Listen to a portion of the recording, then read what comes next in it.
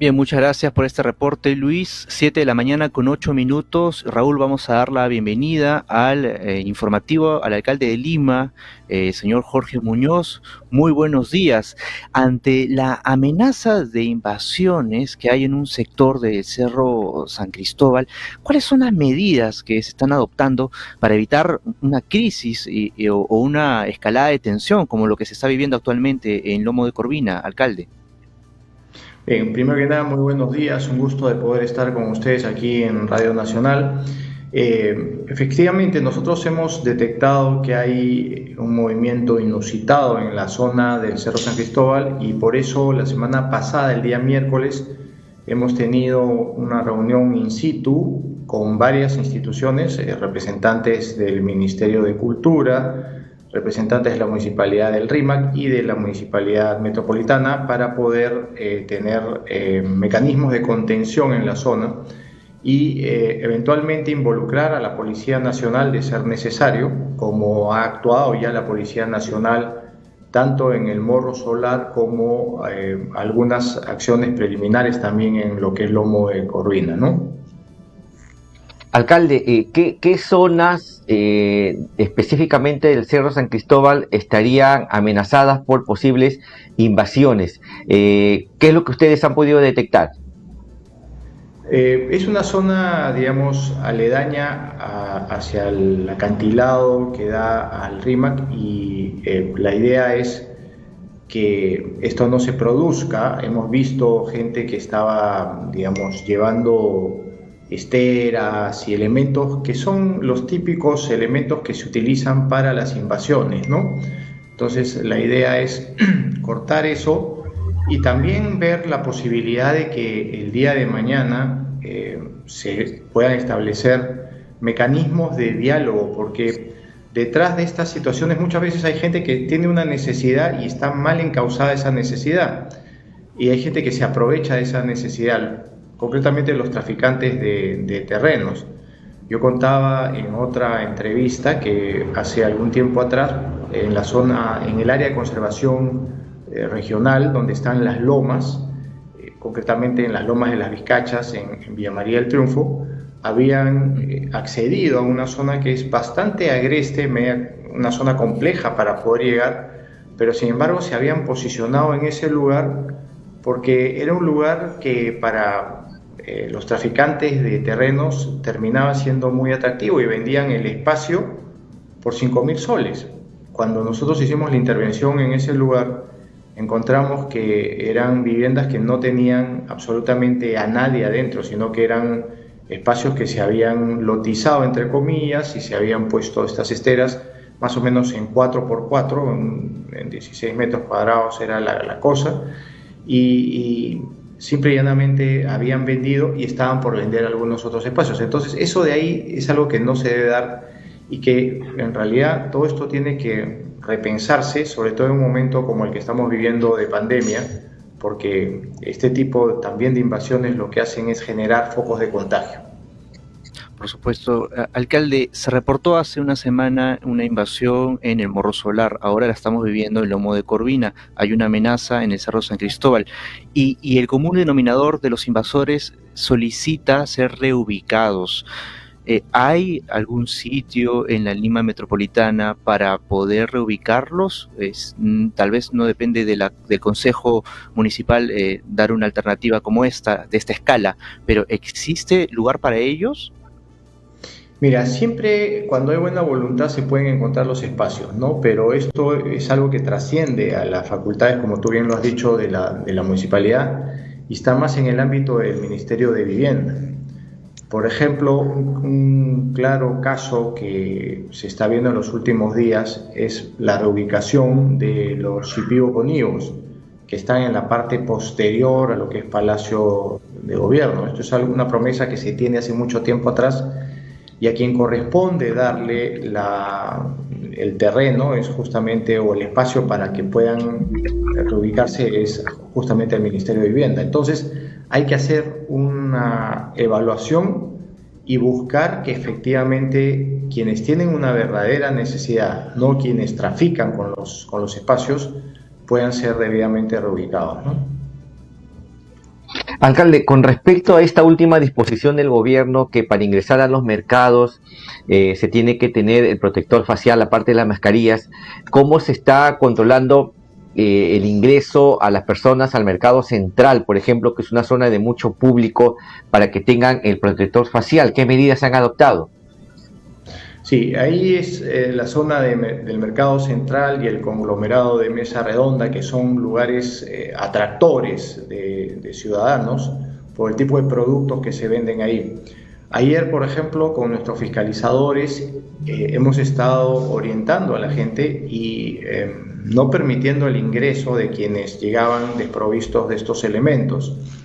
Se ha conversado mucho de que si esto sirve o no sirve, si es efectivo o no es efectivo ponerse un protector, pero al margen de esas situaciones, yo creo que todas las medidas que nosotros podamos tomar para evitar el virus son absolutamente válidas y más aún tenemos que cumplir esta medida porque es una medida que ha sido dictada por el Ejecutivo. Entonces, desde la municipalidad lo que estamos haciendo nosotros es apoyando esta situación y haciendo que las personas que no llegaban con estos protectores no puedan ingresar al conglomerado y a la zona aledaña al mercado central. Entonces, la idea es poder proteger a los ciudadanos. Yo creo que hoy día van a estar un poquito más prevenidos de estos elementos. Vimos el día de ayer que mucha gente no los portaba, como que no habían tomado conciencia que a partir del día 19 entraba en vigencia la medida. Además, la medida es ciertamente curiosa porque en su redacción, hasta donde yo he podido leer los elementos que conformaban la norma, se hablaba de mercados, supermercados, tiendas por departamentos, pero la gran pregunta que uno se hacía era qué pasa con los bancos, donde la gente llega a hacer sus transacciones financieras también, o qué pasa con de repente una panadería o un lugar de expendio de elementos que de repente no están en el listado, pero que la gente concurre. Pues ahí también habrá que tomar prevención y precaución del caso porque la situación que tenemos al día de hoy, la situación sanitaria es muy compleja.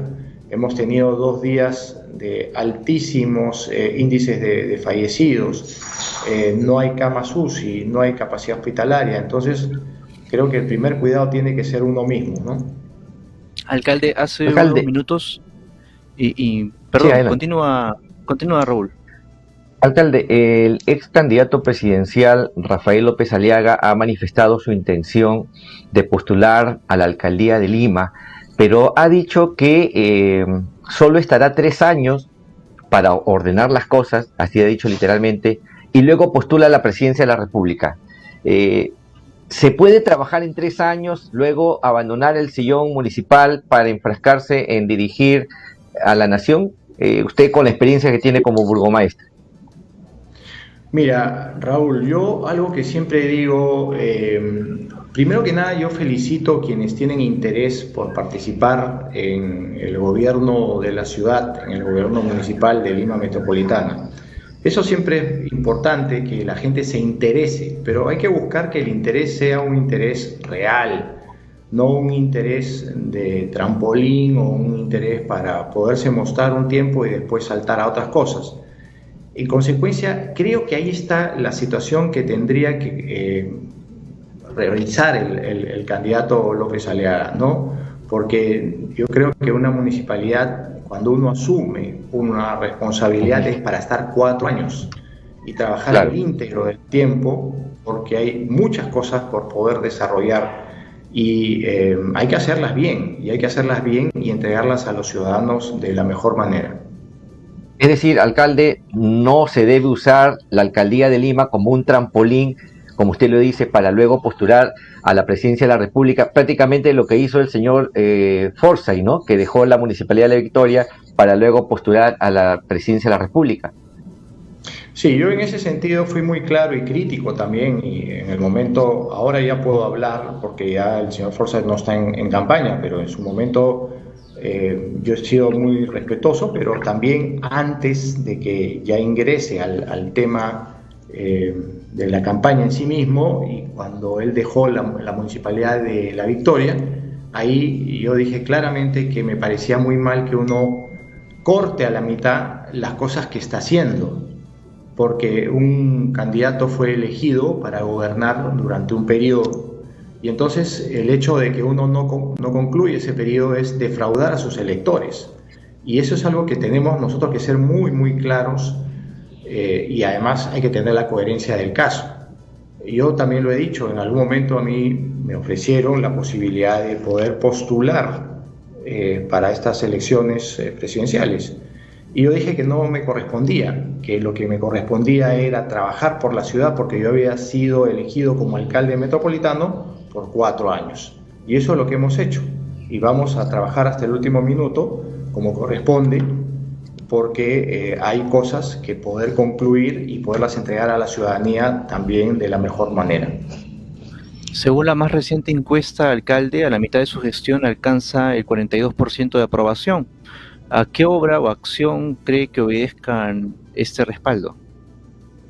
Mira, nosotros estamos haciendo muchas cosas y lo he mencionado. Tenemos acciones que van en lo social y obras que son las cosas materiales. Y entre las obras te puedo hacer un recuento muy rápido. Por ejemplo, terminamos de hacer el viaducto de Armendáriz, que lo encontramos en 30%, concluimos ese otro 70%, hicimos la ampliación de la Costa Verde, hemos terminado 2 vías que son importantísimas en la zona de Cieneguilla y Pachacamac, como son Poblete y Malásquez, las cuales suman más de 27 kilómetros de vías en esa zona. Estamos trabajando ahora el óvalo monitor entre Surco y La Molina. Estamos trabajando también la ampliación del metropolitano, esos 10.2 kilómetros que no se hicieron durante gestiones anteriores. Estamos entregando el día de mañana la remozada avenida Pachacútec-Los Héroes, que son 12 kilómetros. Estamos trabajando y haciendo un puente que tiene más de 25% de avance, que es el puente Morales-Duárez, que va a unir San Martín con La Perla. Hemos licitado hace poco también, y estamos en ese proceso, Pasamayito, que va a unir San Juan del Lurigancho con Comas. Y así tenemos varias otras cosas. Y en cuanto a las acciones, hemos desarrollado la Casa de Todos, que primero se hizo en Hacho, después la llevamos a Palomino como una casa definitiva, casas de protección de mujer, trabajos en ollas comunes muy intensos. Y así, como te decía, esas son parte de las acciones. Pero hay una acción que es muy importante y que muchas veces no se aquilata. Nosotros estamos haciendo pruebas de descarte COVID durante todas las semanas a nivel de 900 pruebas semanales por todos sitios de Lima, las 4 Limas, y esto en un programa que se llama Lima Te Cuida. Y un tema que ha sido muy importante, hace pocos días atrás hemos inaugurado la planta de producción de oxígeno medicinal en San Juan del Lurigancho. Estamos trabajando otra planta en el RIMAC y vamos a hacer otra también en Punta Hermosa. Entonces, como pueden ver ustedes, hay un trabajo muy, muy fuerte, intenso, y que estamos entregándolo a la ciudadanía, porque el eje central de todo nuestro accionar son los ciudadanos. Alcalde Muñoz, precisamente ahora que comenta el desarrollo del Plan Lima Te Cuida, este personal desplegado son personal municipal de CISOL, pero también están participando del nuevo plan de vacunación en las 11 sedes que tenemos en Lima y Callao. ¿Hay algún seguro de contagio por el riesgo que están asumiendo este personal? ¿Una garantía de que no quedarán desamparados si es que se contagian en estas jornadas de vacunación? Mira, nosotros con todo nuestro personal siempre estamos poniendo lo mejor para que el personal pueda estar debidamente atendido. Primero con los EPS, que son los equipos de protección, y después todo lo que puede haber como una consecuencia si hubiese algún contagio. Tenemos funcionarios, trabajadores, regidores, enfermeros que están en CISOL, médicos, personas que han sufrido en algún momento el embate de una situación de COVID. Inclusive, lamentablemente, hemos perdido a uno de nuestros regidores, no hace mucho, el regidor Rolando Esteban, que era una persona, un luchador social, un hombre vinculado al mundo del emoliente. A Rolando le dimos toda la atención que podíamos nosotros darle. Hay una limitación lamentable en cuanto a temas de camas UCI, pero una vez ocurrido el hecho también hemos apoyado las consecuencias del entierro mismo en sí y cosas por el estilo. Entonces Lo que quiero decir es que humanamente nosotros no nos podemos olvidar de ninguno de nuestros funcionarios, trabajadores o personas vinculadas, y siempre hay que buscar la manera de protegerlos. Muy bien. Alcalde de Lima, Jorge Muñoz, como siempre, gracias por su participación en el informativo. Muy buenos días. Muchísimas gracias y muy buen día. Hasta una próxima.